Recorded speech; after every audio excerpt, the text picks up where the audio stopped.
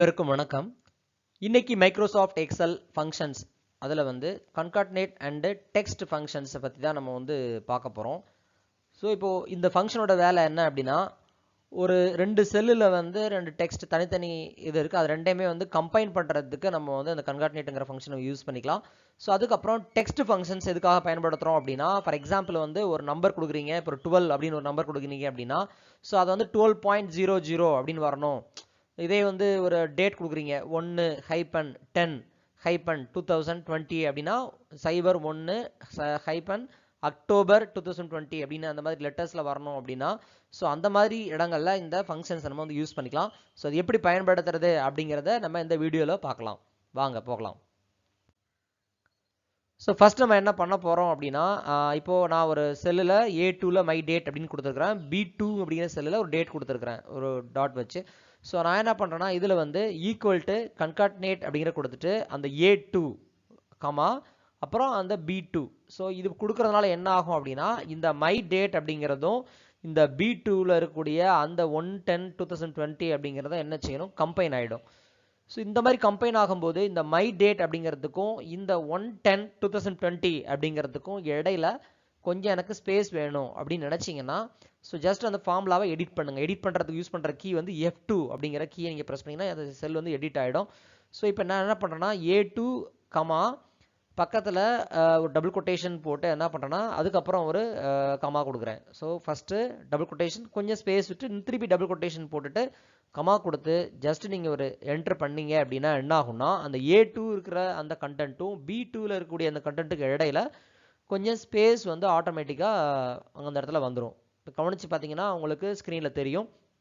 அதே அந்த டபுள் கொட்டேஷனுக்குள்ளே நீங்கள் ஏதாச்சும் ஒரு லெட்டர்ஸோ அல்லது ஒரு சிம்பிளோ நீங்கள் கொடுக்குறீங்க அப்படின்னா அந்த இடத்துல ஆட்டோமேட்டிக்காக அந்த சிம்பிள் வந்து உங்களுக்கு வந்து ஜென்ரேட் ஆகிடும். ஸோ இதுதான் வந்து இந்த கன்காட்னேட் ஃபங்க்ஷனுடைய யூஸ் வந்து. இது நிறைய இடங்களில் நீங்கள் அதிகமாக பயன்படுத்த வேண்டியிருக்கும். அதனால் எப்படி பண்ணுறதுங்கிறத நல்லா புரிஞ்சுக்கோங்க.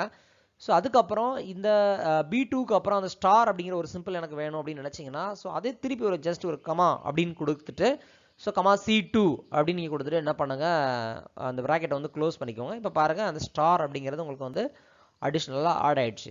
ஸோ எவ்வளோ கேரக்டர்ஸ்னாலும் நீங்கள் என்ன பண்ணிக்கலாம், அது எவ்வளோ செல்லில் உள்ள கண்டென்ட்னாலும் நீங்கள் அடுத்தடுத்து நீங்கள் என்ன செஞ்சுக்க முடியும், இந்த கன்காட்னேட் ஃபங்க்ஷன் யூஸ் பண்ணி நீங்கள் ஜாயின் பண்ணிக்கலாம்.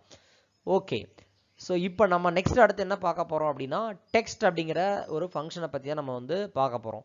இப்போ நான் ஒரு செல்லில் ஒரு டேட் டைப் பண்ணியிருக்கிறேன். ஃபார் எக்ஸாம்பிள் 10-08-2020 அப்படின்னு டைப் பண்ணியிருக்கிறேன். ஸோ இதை நான் என்ன பண்ண போகிறோம் அப்படிங்கிறத பாருங்கள். ஈக்குவல் டு டெக்ஸ்ட் அப்படின்னு கொடுத்துட்டு, ஸோ அந்த செல் ரெஃபரன்ஸ் எடுத்துக்கிறேன் B3 கமா அப்படின்னு கொடுத்து என்ன பண்ணுறேன்னா, டபுள் கொட்டேஷனுக்குள்ளே தான் நம்ம வந்து கொடுக்கணும். டபுள் கொட்டேஷனில் DD அப்படின்னு கொடுக்குறோம். DDங்கிறது டேட்டு, -MM அப்படிங்கிறது வந்து மந்த்து, -YY அப்படிங்கிறது இயர். ஸோ அது எதுக்காக அந்த டபுள் T கொடுக்குறோம், 3 தடவை M கொடுக்குறோம், 4 தடவை Y கொடுக்குறோம் அப்படிங்கிறத இப்போ நான் உங்களுக்கு எப்படின்னு சொல்கிறேன். ஸோ நல்லா கவனித்து பார்த்துக்கோங்க.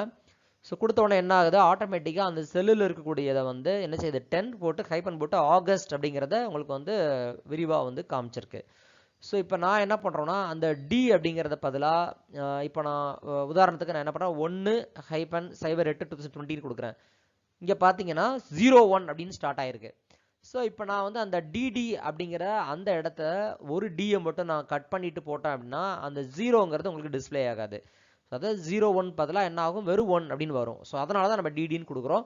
ஸோ அதே MM கொடுத்தீங்கன்னா என்ன ஆகும்னா 8 மட்டும் தான் 08 அப்படின்னு டிஸ்பிளே ஆகும். ஸோ அதே வந்து 3M கொடுத்தீங்கன்னா உங்களுக்கு என்ன ஆகும், ஃபுல் லெட்டர்ஸாக அந்த ஆகஸ்ட் அப்படிங்கிறது ஃபுல்லாக வந்துடும். அதே மாதிரி தான் ஒரு ஒய் கொடுத்தீங்கன்னா ஆட்டோமேட்டிக்காக 20 மட்டும் தான் டிஸ்பிளே ஆகும்.